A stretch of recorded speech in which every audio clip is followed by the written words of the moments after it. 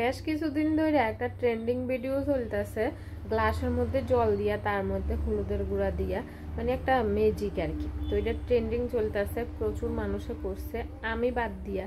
আমি করার কখনো সুযোগ পাইছি না, কারণ স্বর্ণ পরীক্ষা চলতেছে, তো আরও বিভিন্ন রকম ঝামেলা। আমার আর সময় হইতেছে না যে এরকম একটা ভিডিও বানাবো, কিন্তু মনের মধ্যে ভীষণ ইচ্ছা ছিল যে গ্লাসের জলে হলুদ দিয়ে একটা ভিডিও বানাবো, কিন্তু আর হয়েছে না এখন পর্যন্ত।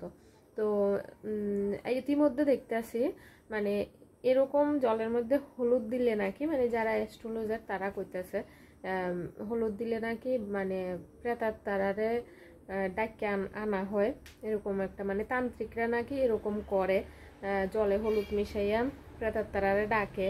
তো যাই হোক, তারপরে হইছে জন্মকুণ্ডলী খারাপ হয়, গ্রহ খারাপ হয়, এরকম কিছু কথাবার্তা অ্যাস্ট্রোলজারের ভিডিওতে দেখতেছি। তখন ভাবতেছি যে যদি এটি সত্যি হয়, মানে আমি সঠিক জানি না এই ব্যাপারে, আমার কোনো আইডিয়া নাই, যা শুনছি তা কইতাছি।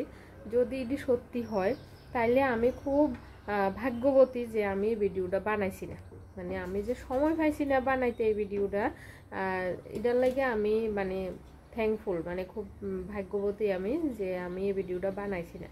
আর যদি এই কথাটি সত্যি হয় তাহলে ভিডিওটা বানাইলে মানে কি কি হইতো, আর যারা বানাইছে তারার সাথে আদৌ কি এরকম কিছু হয়েছে না হয়েছে না এটাও তো জানি না।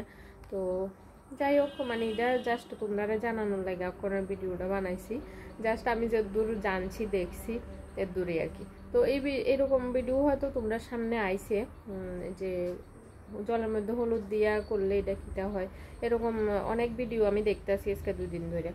তো এই আর কি ব্যাপার। তো কিন্তু মনের মধ্যে এখনো ইচ্ছাটা আছে যে জলে হলুদ দিয়া সবাই করতেছে, এত সুন্দর একটা ট্রেন্ডিং ভিডিও, আমি পারলাম না।